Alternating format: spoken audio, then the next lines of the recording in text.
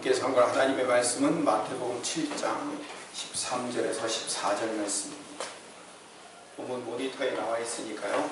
같이 함께 읽도록 하겠습니다. 성경을 가지고 오신 분들은 찾아서 읽으시면 더 좋습니다. 마태복음 7장 13절 14절 말씀 같이 읽겠습니다. 좁은 문으로 들어가라. 멸망으로 인도하는 문은 크고 그 길이 넓어 그리로 들어가는 자가 많고 생명으로 인도하는 문은 좁고 길이 협착하여 찾는 자가 적으리라. 아멘. 세상의 가치를 얻기 위해서 신앙생활을 하는 사람들이 넓은 문으로 들어가는 사람들입니다. 예수님을 따라 하나님 나라의 가치를 위해 사는 사람이 좁은 문으로 들어가는 사람들입니다. 세상의 가치, 하나님 나라의 가치, 어떤 가치를 추구하며 사는가에 따라서 우리는 좁은 문으로 들어갈 수도 있고 넓은 문으로 들어갈 수도 있습니다. 넓은 문은 그 문이 크고 넓은 이유는요, 누구나 생각할 수 있는 문이기 때문에 그렇습니다. 작년 5월인가요? 석가탄신일에 여기 용화사라고 큰 절 있죠. 그 절 앞에 플래카드가 붙었는데 제가 하도 재미있어서 사진으로 찍어가지고요 그 내용을 적어봤습니다. 부처님 오신 날을 맞아 심신이 청정하고 건강과 평안을 얻으시기를 바랍니다. 지혜와 광명의 복을 함께 얻고 재난과 두려움을 없애며 큰 길상함을 얻으십시오. 좋은 건 다 붙었죠. 세상에 좋은 것이 다 얻을 수 있다. 여기만 오면 그 세상 것들을 다 얻을 수 있다라고 플래카드를 딱 붙여놨어요. 문이 크고 넓다는 것은요, 인간 본성 그대로에 가는 길이에요. 우리 인간 본성은 어떤 생각이 드나요? 내가 세상에 있는 모든 것들 다 심신이 청정하고 건강과 평안 얻고 지혜와 광명의 복 얻고 재능과 두려움 없으며 큰 길상함 얻는 게 그게 교회 다니는 목적 아니에요? 비슷하네요. 용화성결교회나 똑같네. 문이 넓고 크다는 것은요, 인간 본성 길 그대로 따라가는 거예요. 세상 흐름대로 그냥 가는 거예요. 고민하거나 묵상할 필요가 없다고요. 근데 좁은 길을 통과할 수밖에 없는 신자는요, 좁은 길이기 때문에 외로움과 어려움이 있어요. 또 그 길을 가야 되는 사명과 책임감 없으면 못 가는 길이에요. 지금 산상수훈을 계속 말씀드리고 있죠. 6장에서 계속 너희의 의를 사람에게 보이려고 행동하지 말라라고 신앙생활, 그 당시 고대 근동사회 유대인들에게 있어서 가장 중요한 신앙행위 세 가지가 기도, 금식, 구제예요. 그래서 세 가지를 예로 든 거예요.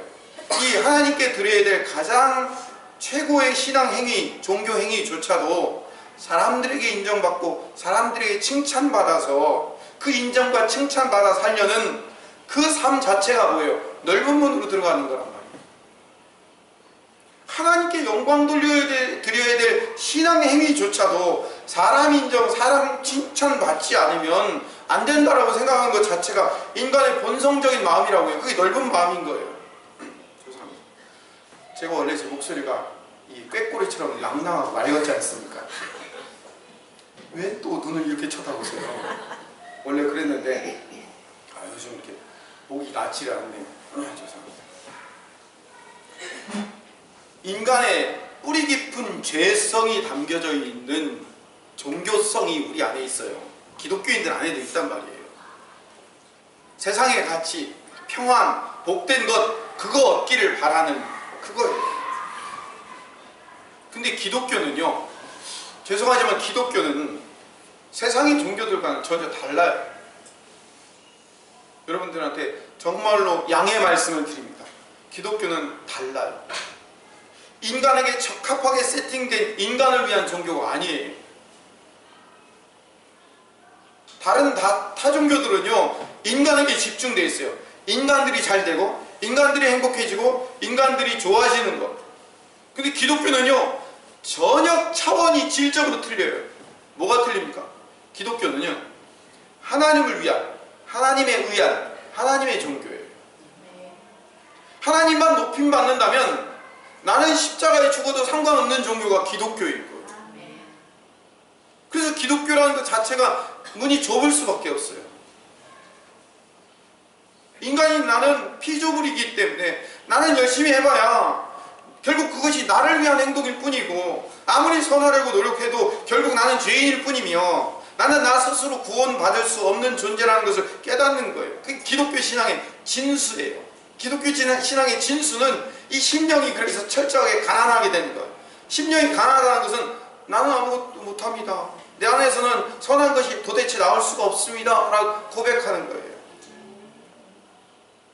그래서 나처럼 안 되는 놈을 구원하고 건져내시기 위해서 하나님이 당신의 아들을 보내셔서 그 아들을 믿고 그 아들 안에 거해야만 사는 것을 신앙이라고 얘기하는 거예요.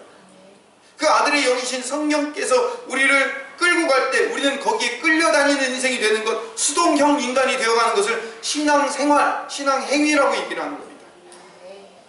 좁은 문으로 들어가는 게 이런 거예요. 구원은 예수님 한 분밖에 없다, 어떤 것도 길이 없다. 사람들이 요즘 이렇게 얘기해요. 유튜브 같은 데 보면요, 굉장히 많이 하는 이야기가 이거예요. 어느 종교나 다 똑같지 뭐, 결국은 종착지는 똑같아. 아무 종교나 그냥 네 취향에 맞는 것 하나 골라서 선택해서 착하게 살다 보면 극락이든 천국이든 열반이든 그냥 결국은 한 곳에서 다 만나게 돼 있어. 그러니까 네 취향에 맞는 거 하나 골라서 살다가 그러다 나중에 우리 서로 한 곳에서 만나자. 이게 먼저, 이게 종교 통합이에요. 얼마나 포용적으로 보입니까? 포용적이잖아요. 근데 여러분, 기독교는 굉장히 독선적이에요. 유일신을 신앙하고 예수 그리스도 그 위에는 방법이 없다는 거예요. 근데 우리는요, 그걸 진리라고 믿는 사람들이에요. 그걸 진리로 믿는 사람이라고.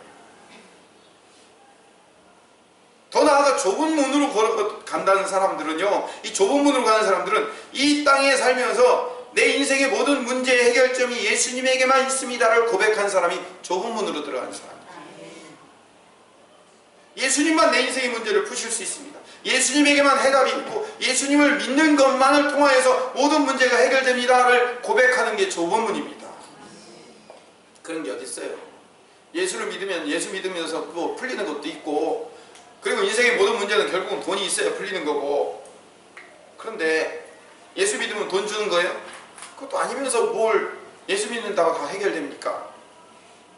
라고 세상은 얘기할 수 있지만요, 우리는 모든 문제의 해결책과 모든 문제의 열쇠가 예수님에게로서만 나오고 예수님 아니면 안 된다고 고백하는 우리의 신앙 고백이 좁은 문의 신앙 고백인 줄로 믿습니다.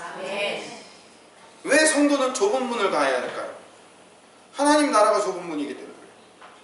하나님은 나의 잘난 부분, 내가 열심히 하는 부분들을 봐주셔서 아이고 저렇게 열심히 하고 열심히 저렇게 잘 사는 거 보니까 내가 점수를 좀 줘야 되겠다라고 해서 그 점수 60점 이상 되면, 아니면 70점 이상 되면 그 점수에 따라서 천국문을 열어주시는 것이 아니라 오직 예수님을 믿는 믿음의 열쇠만 열었을 때 그 문이 열리는 거예요. 그래서 그 나라를 은혜의 나라라고 부르고 그 나라를 긍휼의 나라라고 부르는 거예요. 하나님이 우리에게 은혜와 긍휼을 부어주시지 않으면 들어갈 수 없는 나라이기 때문에. 그래서 예수님이 이 땅에 오셔서 그 하나님 나라를 설명한 것이 복음서의 이야기예요. 하나님의 나라를 설명해 주기 위해서 예수님이 이 땅에 오셨어요. 그래서 예수님이 이 땅에서 가능성을 가진 인간에게는 너 불가능해 라고 얘기해요. 또 불가능해서 자기 스스로 자기도 포기한 그런 인생에 찾아가서는 너는 가능해 라고 얘기해요. 하나님 거꾸로 얘기하시기 위해서 오셨어요. 예수님 거꾸로 얘기하기 위해서. 요한복음 4장에 보니까 예수님께서 사마리아로 가셨어요. 그 당시 사마리아는요, 유대인들이 생각하기에는 개, 돼지, 짐승만도 못하는 사람들이 살고 있는 동네예요. 아주 종교적으로, 지역적으로 쓸데없고 쓸모없는 종족들이 살고 있는 곳 사마리아. 그 땅을 찾아가셨어요. 거기에서 남편이 5 있는 여인을 만났어요. 그러면서 그 여인에게 뭐라고 얘기하냐면 지금 만나는 남자도 네 남편이 아니야 라고 얘기한 거예요. 그럼 6명이 자기 남편이 아닌 거예요. 제가 수요일날인가 말씀드렸죠. 그 당시 여자의 지위는요, 노예의 지위와 별반 다르지 않았어요. 여자는 이혼할 때 자기가 가지고 온 지참금을 가지고 나갈 수 있고, 노예는 그냥 팔리는 것, 그거 차이 위에는요 여자나 노예나 별 차이가 없었어요. 대짐승 돼지 취급받는 사마리아 땅에, 그것도 여자, 도덕적으로 사람들에게 지탄받고 있는 남자가 6이나 되는 그런 여자에게 찾아오셔서 그 여인에게 일부러 찾아오셔서 그 여인에게 구원을 선포하는 거예요. 네가 하나님 나라 들어갈 수 있다는 거예요. 반대로 서기관과 바리새인들한테는요, 그들이 가장 하나님 나라에 들어가기에 합당한 1등들이에요. 1등들. 가장 가능성 있는 사람들이라고요. 점수로 매기면 가장 율법을 잘 지켜서 하나님 나라에 들어가기 합당한 가능성 있는 사람들이 누구예요? 바리새인들과 서기관들과 제사장들이잖아요. 그 바리새인과 서기관들을 향하여, 가장 가능성 있는 자들을 향하여 화와 저주를 선포했어요. 7번이나 화 있을진저, 화 있을진저, 화 있을진저. 마태복음 16장에 예를 들어 주셨는데, 인간의 가능성으로 충만한 사람 한 사람을 불러 세웠어요. 어려서부터 계명 잘 지킨 부자 청년인데, 예수님께 제가요 영생을 얻으려면 어떻게 해야 됩니까? 지금 이 부자 청년은요 예수님에 가서 얻을 대답이 있어요. 그 대답 바라고 간 거예요. 그러면 예수님이 분명히 너 그럼 율법 잘 지켰냐? 아유, 제가 어려서부터 잘 지켰거든요. 아, 그래, 너만큼 하나님 나라 들어갈 수 있는 자격과 조건이 되는 애 없구나. 야, 너 잘했다, 수고했다, 박수 쳐주고 많은 사람들 앞에서 인정해 주기를 바라서 지금 간 거라고요. 사실은 목적이 다른 데 있었어요.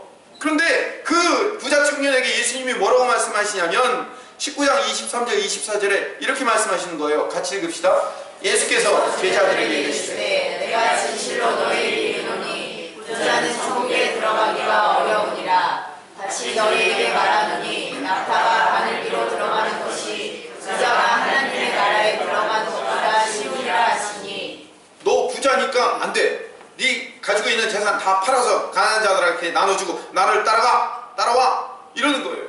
그래야 하나님 나라 들어갈 수 있어. 영생이라는 얘기는 그걸 의미하는 거예요. 영생 있고 하나님의 나라. 그러니까 부자 청년이 자기가 가진 게 많으니까 이걸 다 팔아? 그리고 예수님만 따라가? 아유, 안 되겠네 하고 도로 돌아갔어요. 그 뒤통수에 대고 뭐라고 얘기했냐면 부자가 천국에 들어가기 어려워. 낙타가 바늘기로 들어가는 것보다 훨씬 더 어려워 라고 말씀하시는 거예요. 그 당시 유대인들의 부자에 대한 사고방식을 알아야 돼요. 그 당시 유대인들에게 있어서의 부자라는 개념은 우리가 알고 있는 부자의 개념과 전혀 달라요. 그 당시 사람들의 부자의 개념은 하나님께 열심히 충성 봉사하고 헌신하고 율법 잘 지켜서 하나님이 복을 주어서 그 복을 받은 결과가 부자라고 생각하는 거예요. 그러면 문득병 걸리고 죄인이고 창녀이고 38년 된 병자이고 맹인이고 이런 사람들은 왜 그랬을까요? 잘 못 지켜서 하나님 나라에 들어갈 자격과 조건이 안 되는 사람이라고 생각한 거예요. 그들은 그 현실의 삶을 가지고 그렇게 나눴단 말이에요. 그래서 신앙생활 잘해서 복받고 상급받아서 부자 되겠다고 생각하는 그 사람들의 생각을 뒤집어 엎으시는 거예요. 부자는 천국 들어가기가 낙타가 바늘기 들어간 것보다 더 어려워 라고 얘기하는 거예요. 제자들이 황당한 거예요. 아니, 저렇게 부자들도 못 들어가면, 저렇게 말씀 잘 지키고 저렇게 율법 잘 지킨 자들도 못 들어가면 우리 같은 사람은 어떻게 들어가요? 이렇게 이게 베드로의 이야기예요. 황당해한 거예요.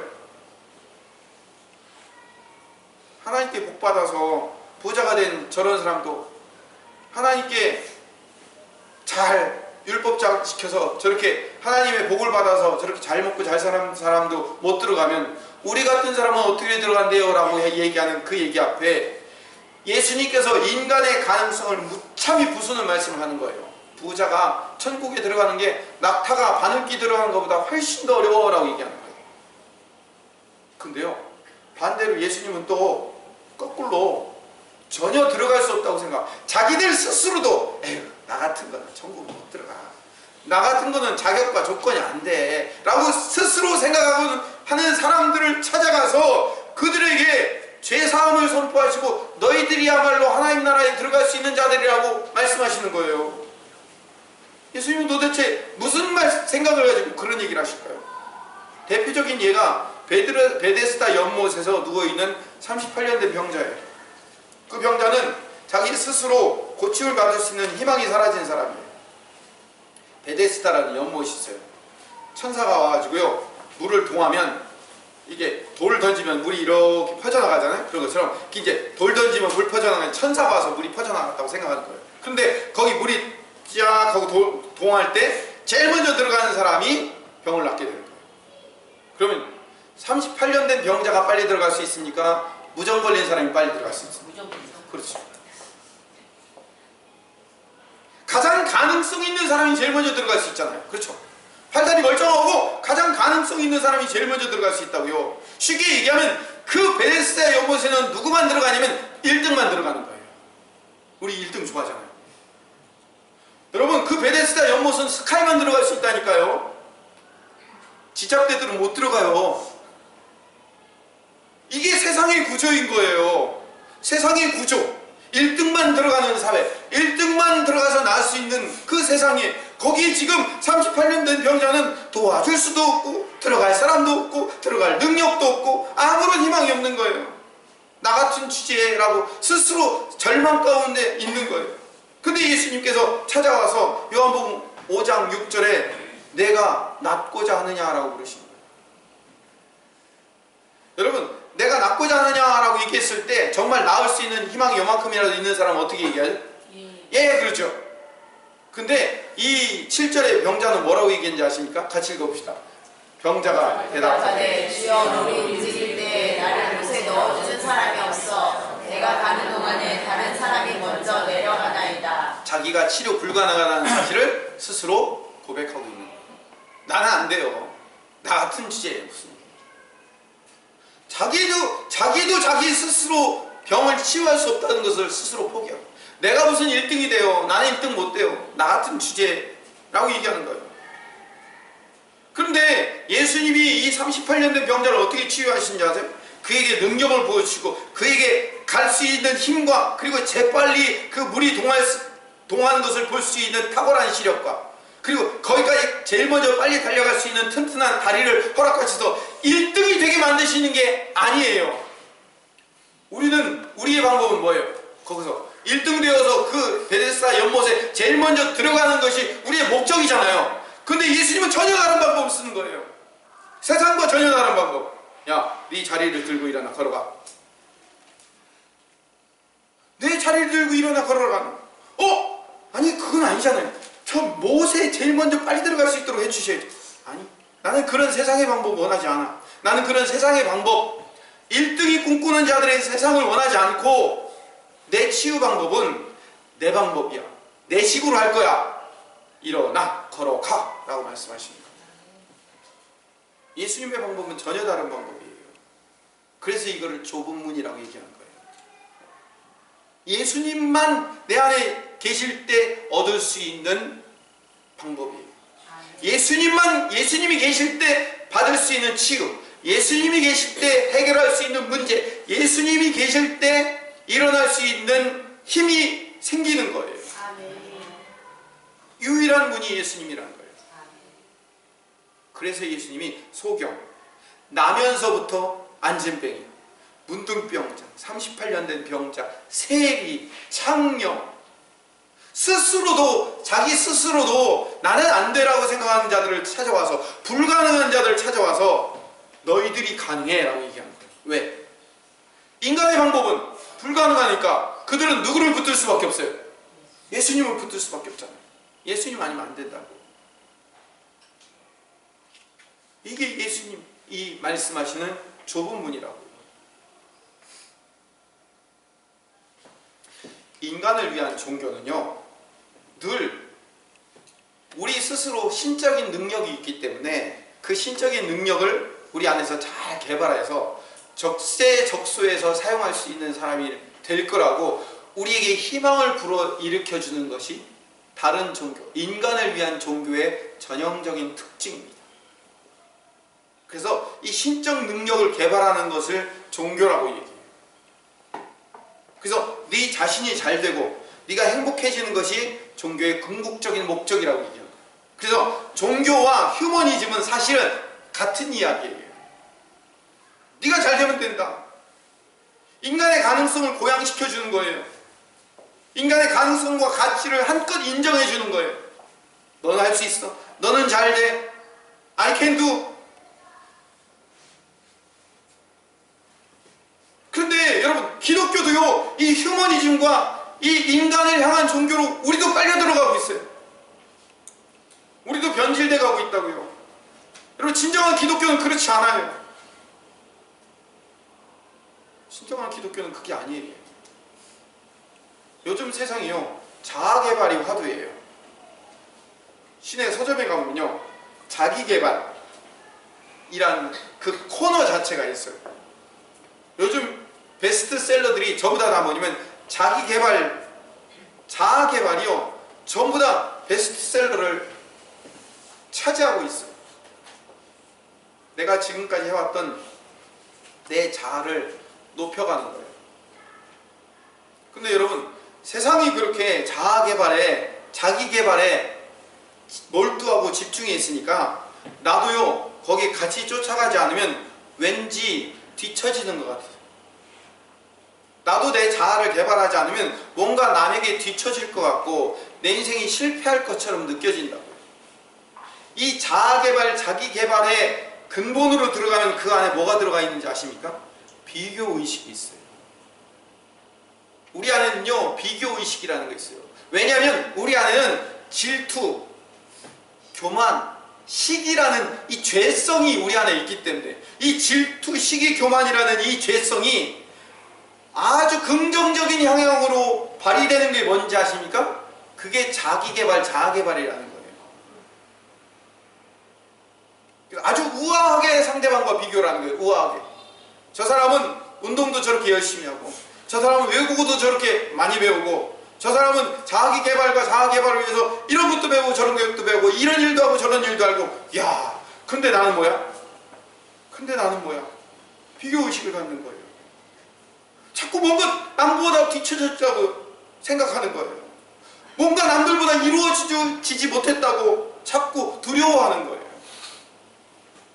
그런 비교의식을 갖고 자꾸 뭔가 다른 사람과 같이 한 걸음이라도 같이 발걸음을 뛰기 위해서 자기개발, 자아개발에 집중하는 사람들은 지금 어떤 문을 향해 가고 있을까요?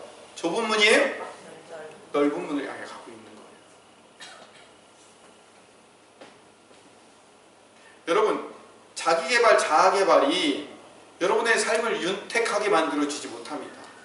그것이 다른 사람과 비교해서 다른 사람보다 훨씬 더 뛰어난 존재라는 것을 증명해주지 못합니다. 설사 그것을 증명했다 할지라도 더 높은 사람과 비교하고 더 큰 사람들과 비교하다 보면 한도 끝도 없이 그 허망함과 공허함을 채울 수가 없어요. 다 해봐서 알아요. 여러분의 자아를, 여러분의 자기를 개발하려고 하지 말고 영성을 개발하시기를 간절히 소망합니다. 아멘. 내 자아를 하나님께 맡겨야 돼요. 내 자녀도 하나님께 맡겨야 돼요. 내 존재 가치는 내 가능성을 개발하면 높아지는 게 아니에요. 하나님께 붙어 있을 때 내 존재 가치가 높아지는 겁니다. 내 존재 가치를 높이기 위해서 배우고 투자하고 노력하고 시간 들이는 모든 자기 개발을 위한 돈과 시간과 정열을 쏟아붓는 것이 나를 만족시킬 수가 없다니까요. 그 공허함을 달랠 수가 없어요. 여러분 잘 들으세요. 정말 잘 들으세요. 정말 하나님의 나라가 있다는 것을 믿으세요. 아멘. 입으로만 그러지 마시고. 진짜 하나님의 나라가 있다는 거 믿으십니까? 아멘. 그렇다면 아멘 다 했죠? 혹시 죄송할 때면 아멘 안 한 사람? 없죠. 없어요. 분명히 다 했어요? 다 했으면 하나님 나라가 정말로 있다면 이 세상은 그 영원한 하나님 나라의 점과 같은 인생이에요. 아멘. 그것도 아멘이십니까? 아멘. 그 점과 같은 인생을 찍고 하나님의 나라에 살기를 기대하며 그 나라에서 살아가는 자라면 이 땅은 나그네와 같은 순례자의 삶이라는 거예요. 아멘. 이 짧은 인생 화장과 같이 자기개발, 자아개발에 투자할 수 있다고 생각하십니까? 여러분 아침에 일어나면 뭐해요? 찍어 발라죠? 그거 화장이라고 그러죠? 나이가 조금 들면 변장이라고 얘기하고.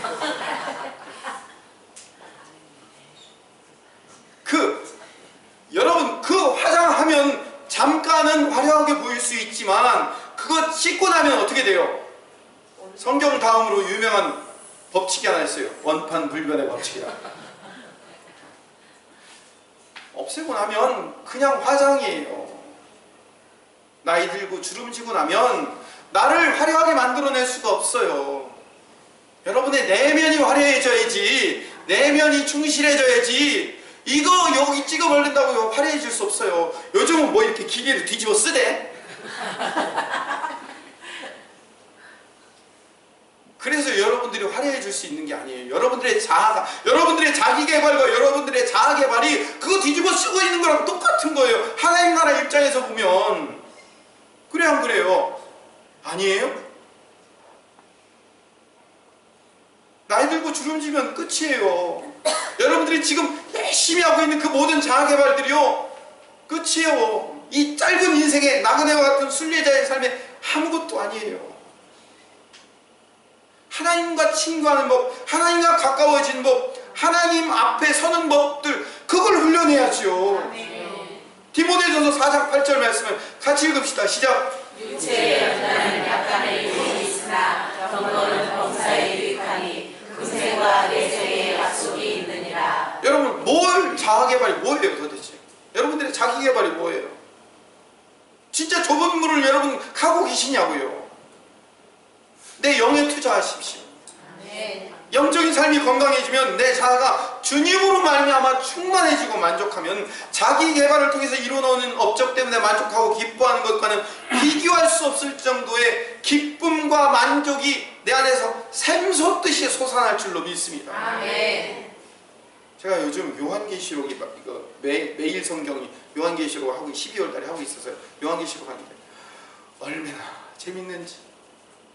큐티를 오늘 주일이면 주일 걸 해야 되는데 내일 또 재밌는데 내일 걸 또 해버렸어요. 근데 더 하고 싶어. 그래갖고 화요일 것도 했어요. 그래갖고 수요일 것까지 다 해놨어요. 재밌어요. 말씀이 재밌어요. 그 안에 들어가서 푹 빠져있는 게 재밌다니까요. 연속극보다 재밌어요.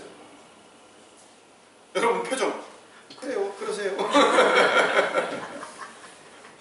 너나 그러세요. 뭐 하면 돈 잘 벌 수 있을까? 어떤 사업을 해야지 우리 가정과 우리 자녀들에게 도움이 될 수 있을까? 여러분 고민하죠? 고민해요, 안 해요? 하잖아요. 전에 있었던 교회 장로님이 한 분이 전화를 해가지고 당신 이제 70 은퇴하셨는데 아직도 100세 인생이라 20, 30년 더 살아야 되는데 아직도 이렇게 젊은 사람들이랑 같이 무거운 물건 들으면 아직도 힘이 넘친대요.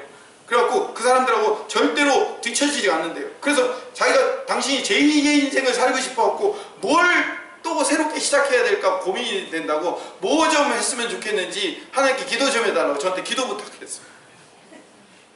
70이 넘으셔서 은퇴하셨는데도 불구하고 정정해서요 뭔가 이게 새로운 걸 또 하고 싶으신 거예요. 뭐 하면 우리 자녀들한테 도움될까? 뭐 하면 제2의 인생을 더 멋지게 살 수 있을까? 물론 고민해야죠. 고민하지 말라는 게 아니에요. 근데 여러분 뭘 해야 하는 그 고민을 주님께 맡기시기를 소망합니다. 아멘. 내가 고민하면 넓은 길로 가는 거예요. 주님께 맡기면 좁은 길로 가는 겁니다.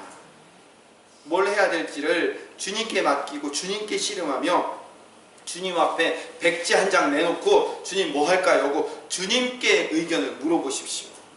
주님의 뜻을 바라보고 주님께 물어볼 생각은 하나도 안 하고 그 10분의 1도 안 하고 10분의 9는 다 뭐 하는 거예요? 사람들 이야기 듣잖아요. 인터넷에서 좋은 정보 찾아가지고 내가 뭘 해야지 더 기가 막힌 인생을 살 수 있을까라고 그거 다 찾아보고선 주변 사람들이 하는 얘기 다 듣고서 와가지고 아 요건 요렇게 하면 좋겠다라고 해가지고 전부 사업 계획 다 만들어갖고 주님께 와서 뭐 하는 거예요? 도장 찍어달래요. 주님은 뭐 하시는 분이에요? 우리가 계획한 거 도장 찍는 분밖에 안 되잖아요. 여러분 그게 무슨 좁은 길이에요? 여러분 좁은 길을 간 사람 한 사람을 소개시켜드리고 오늘 말씀을 정리하겠습니다. 다윗이 10년 동안 도망자로 살았어요. 사울왕이 10년을 쫓아다녔어요. 근데 중간에 사울왕을 죽일 수 있는 두 번의 기회가 생긴 거예요.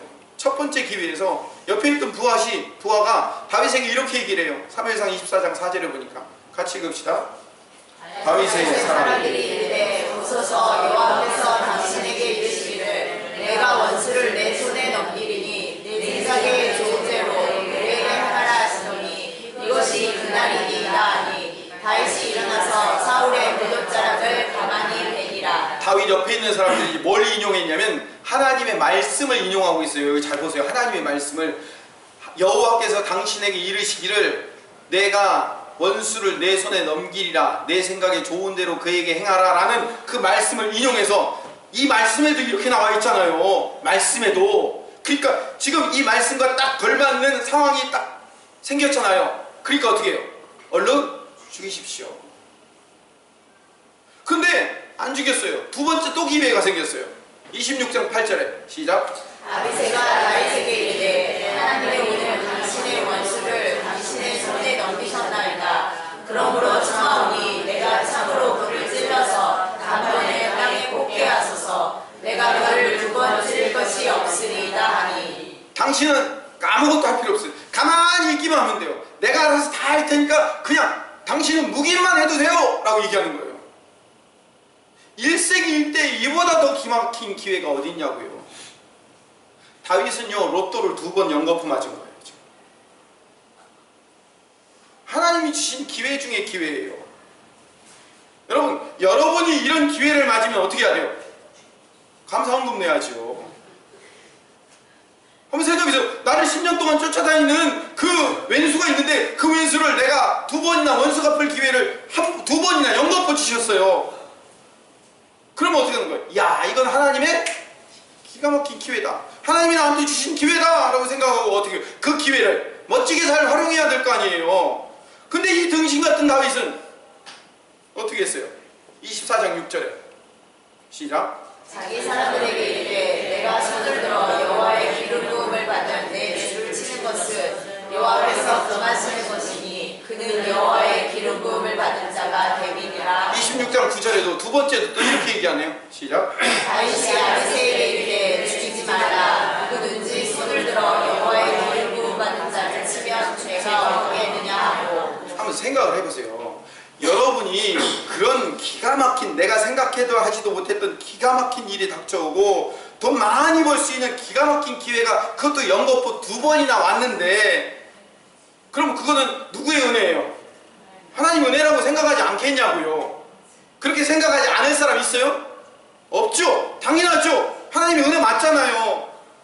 그게 다 넓은 길로 가고 있는 거예요. 넓은 길. 근데 이 등신 같은 다윗은 어떻게 좁은 길을 가고 있냐면 그런 기가 막힌 기회, 로또 2번 땅땅 당첨되는 그 기가 막힌 기회가 있음에도 불구하고 아니라는 거예요. 나는 못한다는 거예요. 하나님이 얘기하지 않았기 때문에 할 수 없다는 거예요. 하나님이 허락하지 않기 때문에 안 한다는 거예요. 이런 등신 봤나? 그럼 한번 생각합시다. 예를 드는 거예요. 예를. 여러분이 생각지 못했던 그런 친척이 갑자기 튀어나왔어요. 아주 어렸을 때 보고 생각지도 못했던 그런 친구가 와가지고 갑자기 여러분한테 10억씩 주면서 사업을 하라는 거예요. 사업 구상 다 준비했고 네가 그냥 이 돈 가지고 이 사업 가지고 알아서 하라는 거예요. 그런 일이 생겼어요. 여러분 그건 하나님의 은혜 아니에요. 은혜죠. 이런 일이 다요 어디나 이런 일이 나 어디나 아니에요. 근데 이 다윗은 뭐라고 얘기하냐면은 내가 하나님께 기도해 볼게요 라고 도로 들어가는 거예요. 그러니까 하나님이 원하시지 않기 때문에 안 하겠다는 거예요. 이런 바보.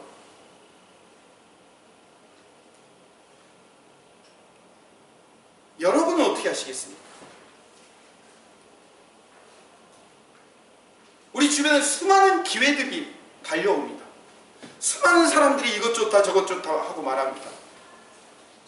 여러분 우리가 생각하기에 좋은 일이다 싶으면 덥석 잡아놓고 기도하는 중에 하나님이 주변 사람들을 사용하셔서 이런 일을 만들어 주셨다고 얘기하잖아요.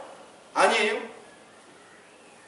부탁드립니다. 제발 하나님 소리 좀 빼고 기도하는 중에 이런 일이 일어난다는 소리 좀 빼고 사십시오. 언제 하나님이 그렇게 해주셨습니까? 언제 기도해봤습니까? 여러분 정말로 하나님의 뜻에 따라 산다는 것은 아무리 잘 되는 일이 있어도 하나님이 당장 지금 접으라면 딱 접는 것이 그게 그런 용기를 갖고 있는 게 하나님의 뜻을 행하여 사는 거예요. 아무리 안 돼도 하나님이 끝까지 붙들고 붙잡고 있으라면 믿음으로 붙잡을 수 있는 믿음과 용기가 있는 것, 그게 하나님의 뜻인 줄 믿습니다. 그게 하나님의 뜻이에요. 주변 상황이 다 그렇게 돼가지고 하나님이 그 주변 사람들 통해서 다 그렇게 해주셨다고요? 하나님이 해주셨다고요? 시대말로 뻥치지 마세요. 여러분의 기가 팔랑거려서 거기에 따라가는 거지 하나님이 하신 거 아니에요. 잘 들으세요. 왜 다윗이 열왕기 상하의 기준이 되었는지 아십니까? 모든 왕들을 평가할 때 좋은 왕들은 다윗의 길을 따르며, 그리고 악한 왕들은 뭐라고 얘기해요? 다윗의 길을 따르지 아니하며. 왜 모든 인생의 그 왕들의 삶의 기준이 다윗이 되어야 하느냐고요. 다윗이 그 기준이 되었기 때문에 그런 거예요. 다윗이야말로 좁은 길을 갔기 때문에 그래요. 모든 사람들이 등신짓이라고 얘기하고 모든 사람이 그런 기회도 못 잡는 바보 같은 인생이라고 하는데, 그 바보와 등신 같은 인생 속에서 나는 하나님 이외는 아닙니다, 하나님이 가라는 대로 가고 하나님이 서라는 대로 서겠습니다라고 고백하는 그 다윗이 그 모든 왕들의 기준이 되었는 줄로 믿습니다. 이게 좁은 길을 가는 거예요. 여러분들이 좁은 길을 가시기를 소망합니다. 여러분, 다윗이 만약 그 두 번의 기회를 자기의 방식대로 잡았으면 아마 왕이 됐을 수는 있겠지만 그냥 보통 평범한 하나의 왕으로 되고 끝났을 거예요. 헤브론의 왕이 되고 끝났을 거예요. 온 유다와 온 이스라엘의 왕이 되지는 못했을 거예요. 그러나 그 좋은 기회를 그냥 내려놓고 하나님이 하시라니 하고 하나님이 하지 말라니 난 안 하겠습니다라는 그 하나님 중심주의로 걸어갔을 때 다윗이 어떤 인물이 되었어요? 이스라엘에서 가장 위대한 왕이 되었잖아요. 이 성경의 역사에서 가장 위대한 두 인물이 누구예요? 아브라함과 다윗이잖아요. 그래서 예수님의 족보를 어떻게 평가해요? 아브라함과 다윗의 자손 예수 그리스도의 세계라. 예수님을 소개할 때 아브라함과 다윗의 자손이라고 소개를 하잖아요. 이 위대한 두 인물 중에 한 인물로 세워지잖아요. 우리가 생각했던 그 등신 같고 우리가 생각했던 그 바보 같은 일 때문에 우리가 얼마나 하나님 중심주의로 사는 것이 좁은 길이며 그것이 얼마나 어려운 길인지를 여러분들이 깨달으시죠. 그러나 그 길이 얼마나 복된 길이며 그 길을 걸어갈 때 하나님이 여러분들에게 부어줄 어마어마한 은혜가 얼마나 큰지를 깨닫는 하나님의 백성 되시기를 간절히 소망합니다. 내 논리, 내 방법으로 살아갈 그건 넓은 길이에요.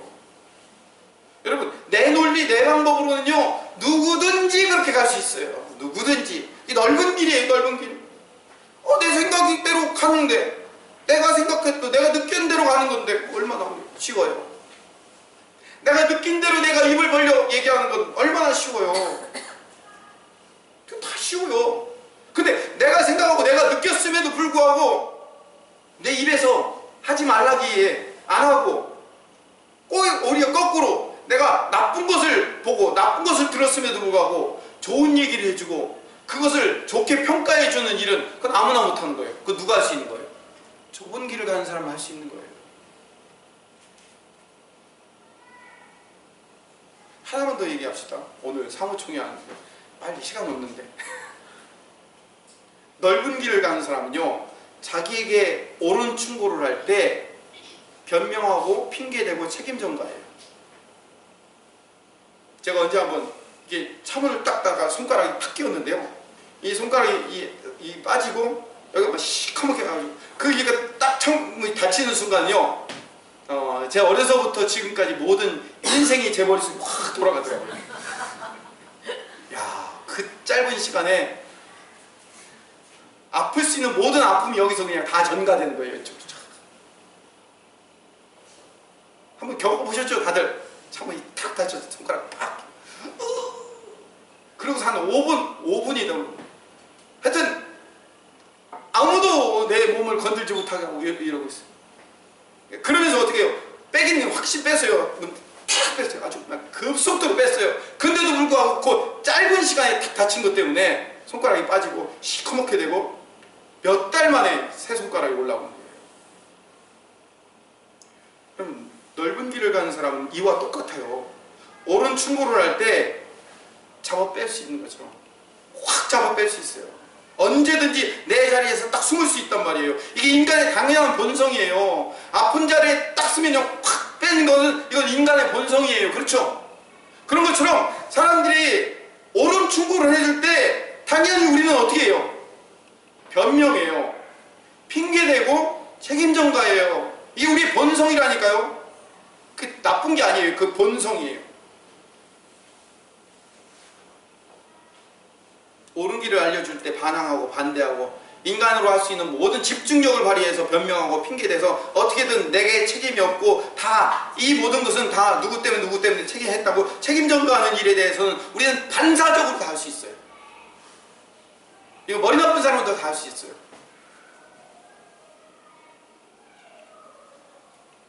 근데 이게 넓은 길을 가는 사람. 그럼 좁은 길을 가는 사람은 어떤 사람일까요? 주님의 말씀으로 주님의 이름으로 충고할 때 다윗처럼 나단 선지자가 바로 그 사람이 당신이요 라고 얘기하니까 어떻게 됐어요? 여러분 그 자리에서 다윗은요 왕이기 때문에 살아있는 권력이기 때문에 나단 선지자도 없애버릴 수 있단 말이에요. 살아있는 권력이었어요. 근데 어떻게 했어요? 그 자리에서 무릎 꿇고 통회자고 네 맞습니다. 내가 바로 그 죄인입니다. 이게 바로 좁은 문으로 들어가는 사람입니다. 변명하고 핑계대고 싶은 그 모든 것을 다 내려놓고 그 충고 앞에 그 하나님의 말씀 앞에 내 자신이 바로 그가 나입니다 라고 내려놓을 수 있는 좁은 길을 걸어가시기를 간절히 소망합니다. 아멘. 여러분 인생에 중요한 결정을 해야 될 때가 왔습니까? 뭘 해야 될지를 걱정하고 고민하고 있습니까? 여러분이 결정해야 될 그 모든 것들을 다 내려놓고 백지를 하나 펴십시오. 그 백지 위에 펜을 하나 드십시오. 그리고 펜을 들고 그 백지 위에 글을 쓰기 시작할 준비를 하고 단 여러분의 힘을 빼십시오. 여러분의 힘을 빼십시오. 내가 힘주고 내가 글씨를 쓰면 이건 내 글씨일 뿐이에요. 내 계획일 뿐이에요.